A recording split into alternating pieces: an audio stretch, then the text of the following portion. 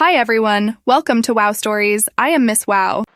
North Korea, formerly known as the Democratic People's Republic of Korea, is one of the most mysterious countries in the world. From the lenses of Google Earth, the main roads in Pyongyang are lined with high-rise buildings in the shape of circular arcs, like screens shielding what lies behind from prying eyes. In the mid-1990s, North Korea suffered from widespread famine, officially referred to as the Arduous March by the North Korean authorities. Since then, the number of defectors has risen sharply each year, peaking at 2,952 in 2009. After that, due to North Korea's strengthened border controls and increased punishment for defectors, the number has declined year by year. In 2020, the number of defectors dropped to just over 200 because of the impact of the pandemic and border closures by neighboring countries. Throughout the years, tens of thousands of defectors, among them high-ranking officials and even members of the Kim family, have provided insights into the mysterious veil shrouding North Korea through interviews and memoirs. Today, let's delve into the lesser-known stories of the Kim family. 조선민주주의인민공화국 만세!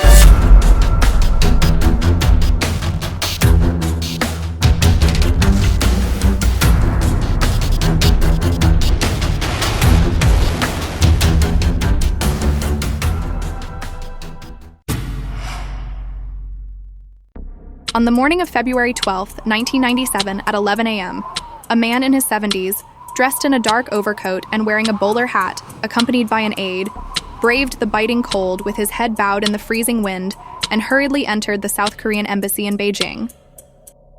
30 minutes later, the South Korean embassy notified the Chinese government that Hwang Jang-yup, the second most powerful man in North Korea, had officially applied for asylum from South Korea. Hwang Jang-yup, born in 1923, was North Korea's second-in-command at the time and remains the highest-ranking official among defectors to date. He served as the president of North Korea's top academic institution, Kim Il-sung University, and was a teacher to both Kim Jong-il, the second supreme leader of North Korea, and his sister Kim Kyung-hwa. Later, he was elevated to the position of chairman of the Supreme People's Assembly of North Korea, becoming the second most powerful figure in this country.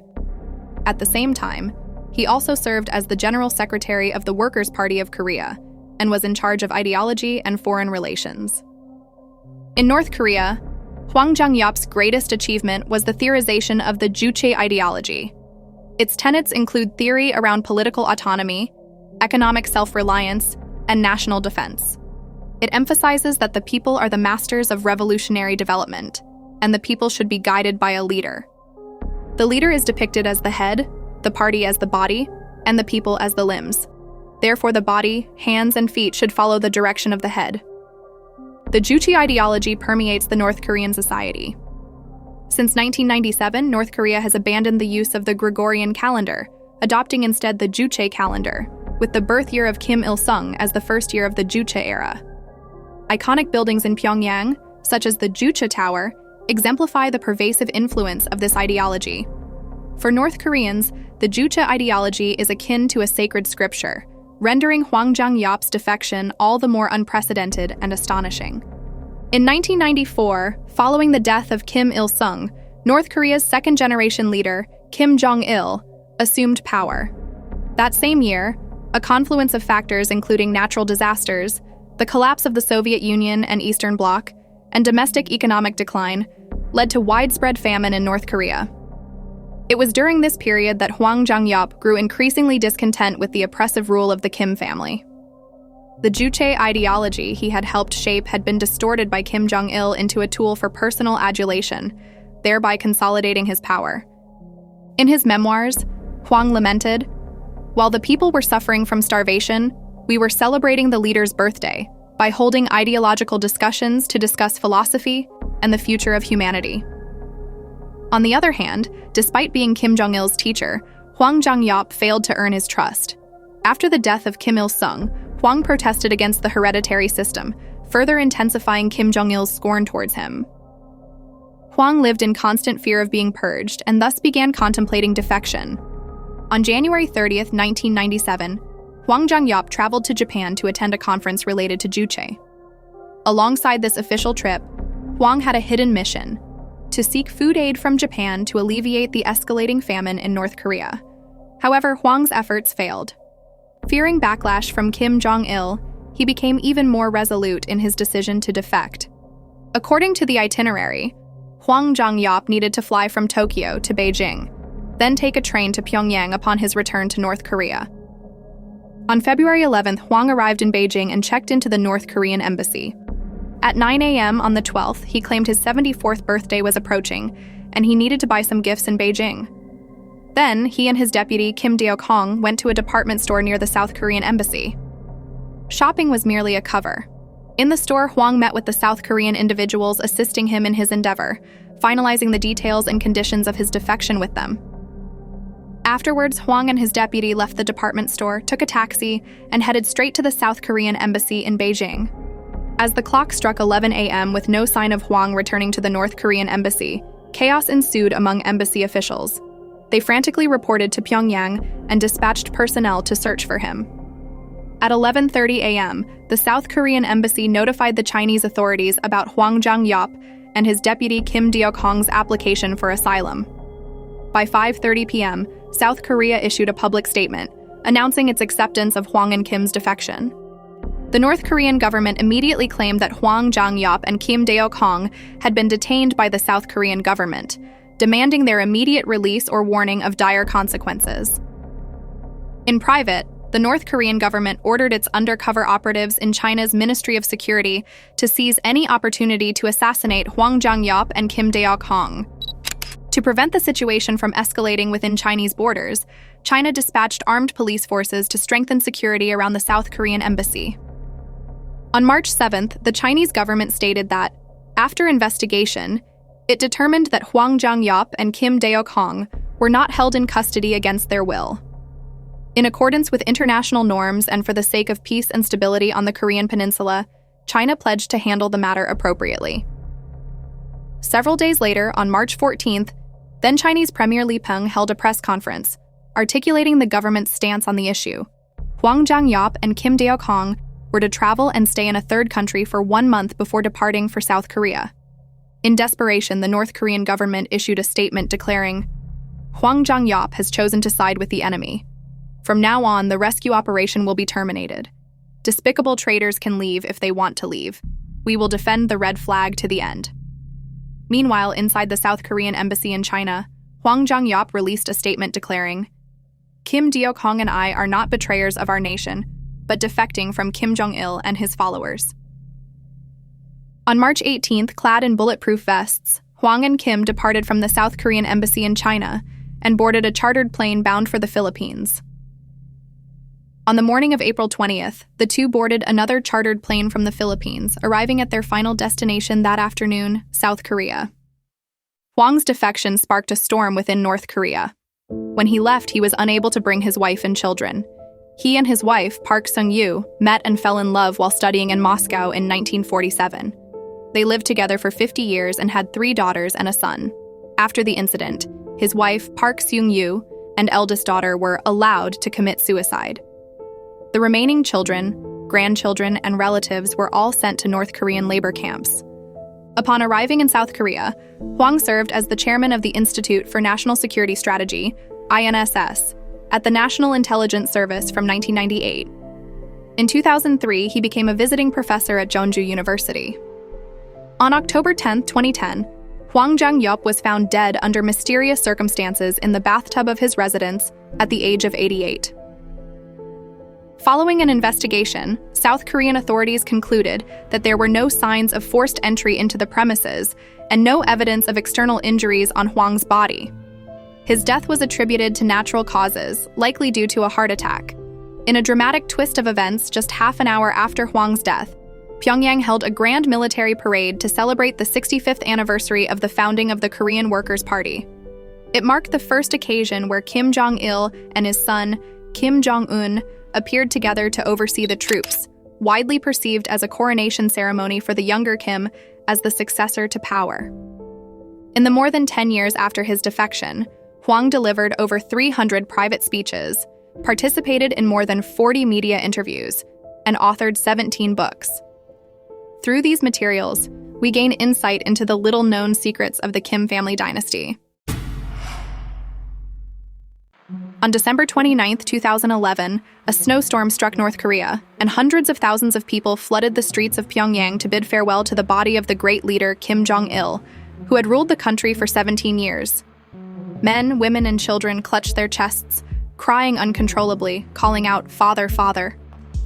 To prevent memorial flowers from being crushed by the heavy snow, people even spontaneously removed their coats and covered them over the floral tributes. This collective heart-wrenching grief is difficult to comprehend by those outside of this closed-off nation. The Kim dynasty has spanned 3 generations to date, beginning with its founder Kim Il-sung, followed by the second-generation leader Kim Jong-il, and currently led by the third-generation leader Kim Jong-un. Kim Il-sung, originally named Kim Seong-ju, fled from North Korea to northeast China with his father in his youth. He later joined the resistance against Japanese occupation during the Second Sino-Japanese War, emerging as a prominent figure in the Northeast Anti-Japanese United Army. In 1941, amid the encirclement and attack by the Japanese Kwantung Army, Kim Il-sung led his forces to retreat into Soviet territory, where he managed to survive brutal political struggles and purges. In 1945, the Soviet army deployed troops to northeastern China and initiated a comprehensive assault on the puppet regime of Manchukuo, propped up by the Japanese Kwantung Army.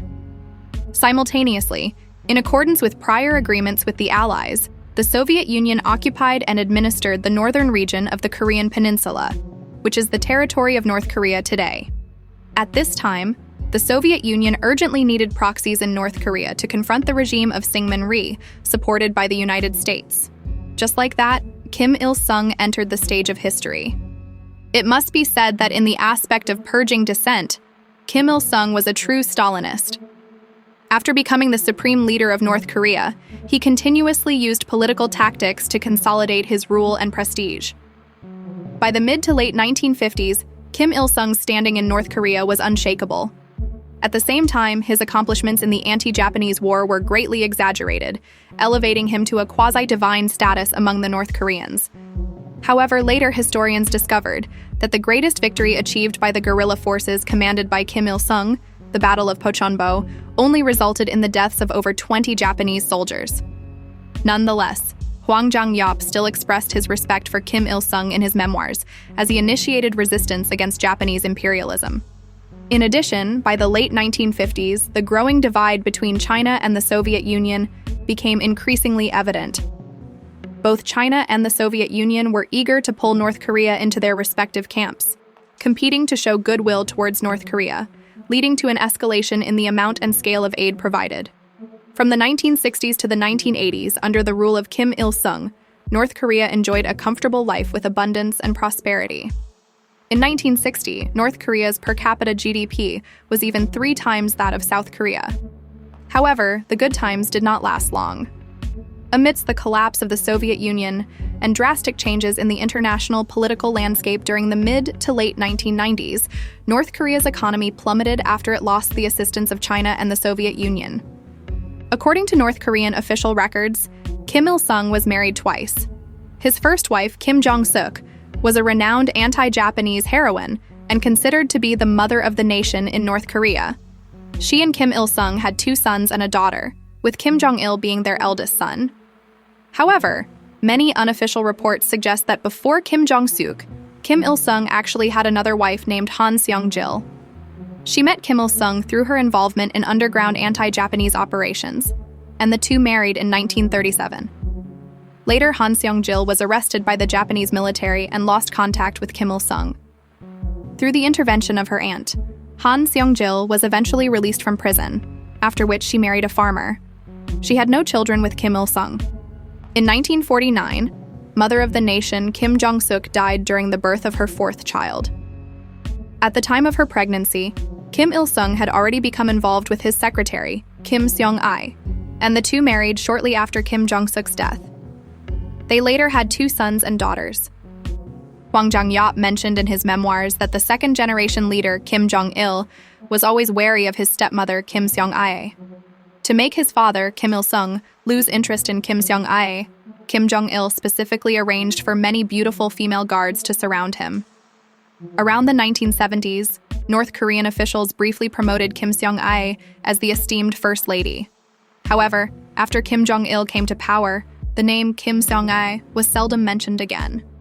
In 1994, when the second-generation leader Kim Jong-il assumed power, North Korea was suffering the arduous march, facing an extreme shortage of domestic resources. Despite this, Kim Jong-il continued to vigorously promote military-first politics, prioritizing the supply to the military. He used to say, "Without candy, life will still go on, but without bullets, survival is impossible." Hwang Jang-yup also revealed that Kim Jong-il led an excessively lavish lifestyle, showing a particular fondness for Western-style banquets. Describing Kim Jong-il's banquets as feasts of wine and meat would not be an exaggeration. According to Southern Metropolis Weekly, Kim Jong-il's sushi chef, Fujimoto, claimed that the leader's wine cellar housed at least 10,000 bottles of fine wine. In the early 1990s, Hennessy, the renowned French producer of cognac, stated that Kim Jong-il was its best customer, spending between $600,000 to $850,000 USD annually, particularly favoring the pricey Remy Martin cognac priced at over $700 per bottle. Fujimoto wrote in his memoirs, "Kim Jong-il's drinking parties usually started at midnight and lasted until early next morning, the longest lasting 4 days. No one dared to leave until Kim Jong-il had drunk enough." The leader was having parties every night while millions of North Korean people starved to death. In the final chapter of his memoir, Hwang Jang-yup wrote, "In 1996, North Korea produced less than 2.1 million tons of refined grain, barely enough to supply the military. There were people who starved to death right near the center of Pyongyang. If people in the capital city found it difficult to survive, one can't even imagine the situation in other areas." He also wrote that in 1995, 500,000 North Koreans starved to death. By mid-November 1996, 1 million people had died of starvation. Official records attribute all the deaths to natural disasters, but Hwang believed that it was caused by both natural disaster and a man-made calamity. He said, "While people were starving and freezing to death, Kim Jong-il was investing vast sums of money and resources in building palaces to preserve his father's remains. While the people were suffering, projects idolizing the leader and his father never stopped for a moment. By rough calculation, just 1/3 of the cost spent on constructing the palace could buy 2 million tons of corn. If that money had really been used to buy food, the famine would have been immediately alleviated." In addition to his lavish lifestyle, Kim Jong-il's amorous exploits is also quite intriguing. Public records show that Kim Jong-il married 5 women. His first wife was named Hong Il-chon, and their marriage had strong political implications. Hong Il-chon's father was a revolutionary martyr, and a comrade in arms of Kim Jong-il's father, Kim Il-sung. Under Kim Il-sung's arrangement, they were married in 1966. In 1968, Hong Il-chon gave birth to their eldest daughter, Kim Hye-kyung. Hong Il-chon remained a mystery outside of North Korea. To date, no photos of her can be found on the internet, and her marriage to Kim Jong-il didn't last long. In 1969, Kim Jong-il became infatuated with Song Hye-rim, a film actress 6 years older than him. Song was already married at the time and had a son and a daughter with her husband. However, being pursued by the North Korean crown prince meant her married status wouldn't last long. In October 1970, Kim Jong-il divorced his first wife and pressured Song to divorce as well. According to Wikipedia, Song's husband was allegedly coerced into committing suicide by throwing himself into a river, but the legitimacy of this information remains unverified due to limited sources. Kim Il-sung didn't approve of his son's relationship with Song, as he believed that a movie star wasn't suitable for the first family, especially one who had been previously married. However, Song proved to be resilient. On May 10, 1971, she gave birth to Kim Jong-il's eldest son, Kim Jong-nam, thereby gaining the acceptance of Kim Il-sung as well. However, this marriage did not last long either. In 1974, Kim Jong-il married his third wife, Kim Young-suk. But her presence as a wife was not prominent. After giving birth to 2 daughters for Kim Jong-il, she was sidelined. This was because in the mid-1970s, during a banquet, Kim Jong-il met actress Ko Young-hwae, who was over 10 years younger than him. The two soon moved in together. Since then, Kim Young-suk has gradually receded from the public eye in North Korea. In the 1980s, Kim Jong-il's second wife, Song Hye-rim, traveled to Moscow for medical treatment due to deteriorating health. She continued to live in Moscow until her death in 2002. On the other hand, Kim Il-sung was quite pleased with his new daughter-in-law, Ko Young-hwa. Ko Young-hwa was born in Tokyo, Japan, in 1953 to Korean parents. In 1960, she moved from Japan to North Korea with her parents. During the 1960s and 1970s, due to the economic boom in North Korea, many Koreans and Japanese living in Japan were encouraged to immigrate to North Korea under its repatriation program. It's unclear whether these individuals regretted their decision in hindsight.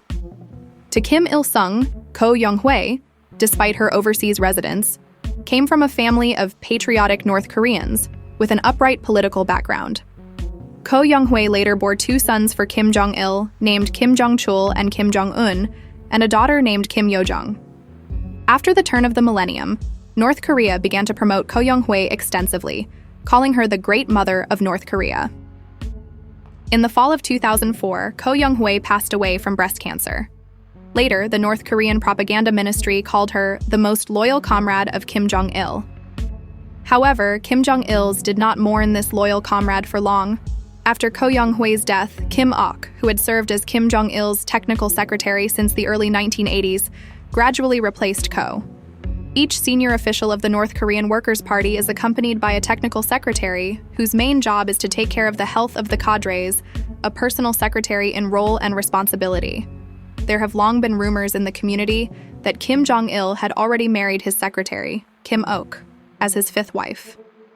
Kim Jong-il had 3 sons, and according to the primogeniture system of inheritance, Kim Jong-nam should have been the preferred successor of the Kim dynasty. Many people believed that Kim Jong-il did not choose his eldest son, Kim Jong-nam, because his mother had been divorced and was not accepted by the North Korean people. However, Yoji Gomi, an experienced Japanese journalist who has interviewed Kim Jong-nam many times, stated that the real reason Kim Jong-nam was excluded from the list of successors was his governance ideology. From a young age, Kim Jong-nam left North Korea and studied abroad in countries such as Switzerland, Japan, and the Soviet Union. His extensive international experience exposed him to various new ideas, and he began to question North Korea's political and economic system. Kim Jong-nam was a staunch reformist, repeatedly advising his father to oppose hereditary rule and proposing that North Korea should undertake reforms similar to those in China. This greatly displeased Kim Jong-il, deepening the rift between father and son. After Kim Jong-nam, Kim Jong-il's second son, Kim Jong-chul, showed no interest in politics and was completely immersed in music, making him unsuitable as a leader. In the end, Kim Jong-il handed over power to his youngest son, Kim Jong-un. Like his brothers, Kim Jong-un was also sent to a private school in Switzerland during his early years. At that time, his aunt, Ko Young-suk, and uncle were sent to accompany him to Switzerland for his studies. In 1998, Kim Jong-un's aunt and uncle defected to the United States by seeking political asylum at the U.S. Embassy in Geneva. This means that as members of North Korea's first family, they had betrayed North Korea. Washington swiftly granted their request, and the couple have since lived in the United States. In an interview with the Washington Post in 2016, Ko Young-suk revealed that Kim Jong-un was not a troublemaker in school but was rather short-tempered and intolerant. Indeed, it might have been Kim Jong-un's iron-fisted and intolerant nature that ultimately led his father to choose him, as only such a successor would endure the harsh power struggles and keep the Kim family business alive.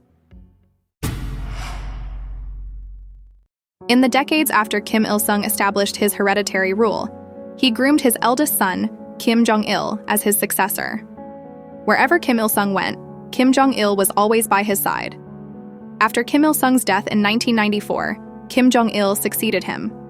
However, when Kim Jong-il passed away in 2011, his youngest son, Kim Jong-un, just began his training to become the third-generation leader of North Korea. Many experts predicted at the time that the hereditary rule of the Kim family might end with the inexperienced Kim Jong-un, but their predictions were quickly proved wrong.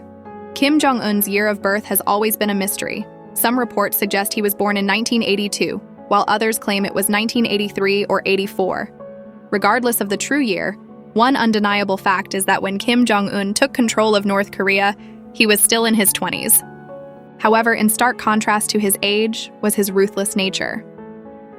At Kim Jong-il's funeral, His son Kim Jong-un walked on the right side of the hearse as a pallbearer.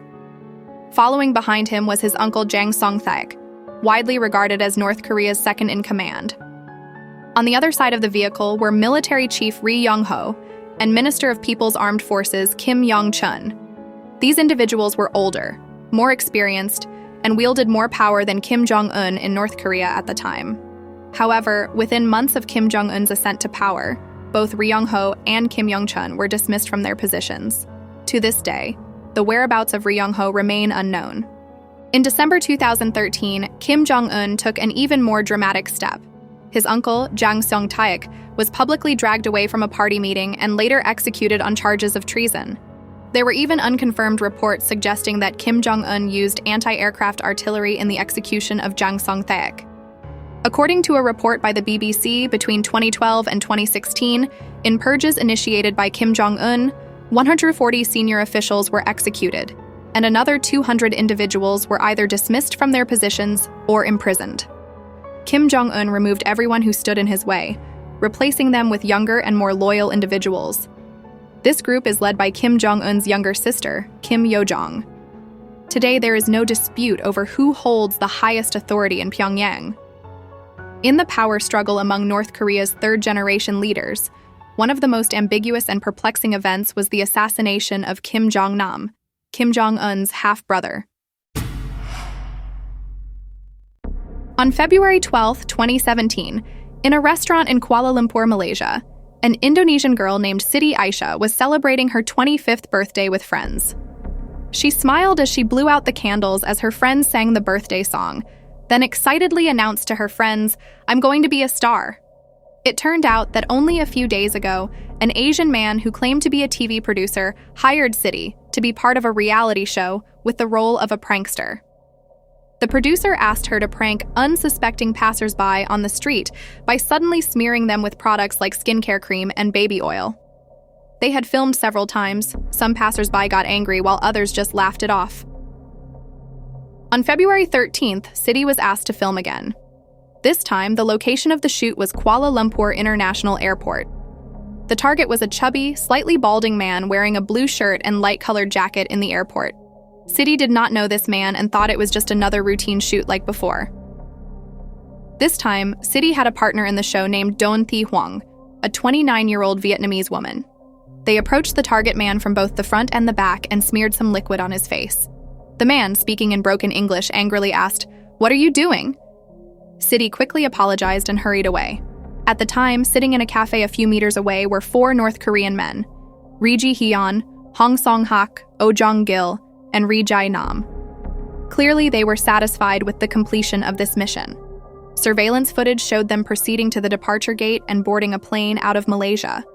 The target man, who had been smeared with liquid, quickly approached airport security, explaining that 2 women had assaulted him, and he was now experiencing difficulty breathing.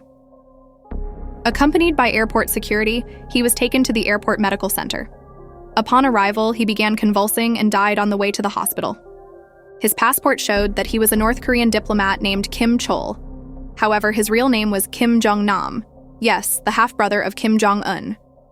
Kim Jong-nam was planning to fly to Macau that day, and unfortunately, he died just like that. The subsequent investigation by Malaysian authorities revealed that Kim Jong-nam died from exposure to a highly lethal nerve agent called VX, which can be fatal if inhaled in a dose equivalent to just a grain of sand. In late February, Siti Aisyah and Don Thi Huang were arrested in Malaysia and charged with murder. Under Malaysian law, if convicted, they could face the death penalty by hanging. However, they pleaded not guilty to the murder charges, insisting that they believed they were participating in a prank show at the time. The recruitment, training, and provision of equipment to Don and Siti were carried out by the 4 North Korean individuals who were at the airport at the time. They immediately fled back to North Korea after the incident, and their whereabouts remain unknown to this day. On March 11, 2019, 2 years after her arrest, Malaysian judicial authorities suddenly dropped all charges against her without providing any public explanation. Siti Aisyah was released. On April 1st of the same year, Malaysian authorities downgraded Don Thi Huang's murder charge to injuring another person using dangerous weapons and sentenced her to 3 years and 4 months in prison. However, just a month later, Dawn was also released from prison. Malaysian authorities cited her 2-year detention and regretful attitude as reasons for the reduced sentence. North Korea has consistently denied involvement in the assassination, initially even refusing to acknowledge the victim as Kim Jong-nam.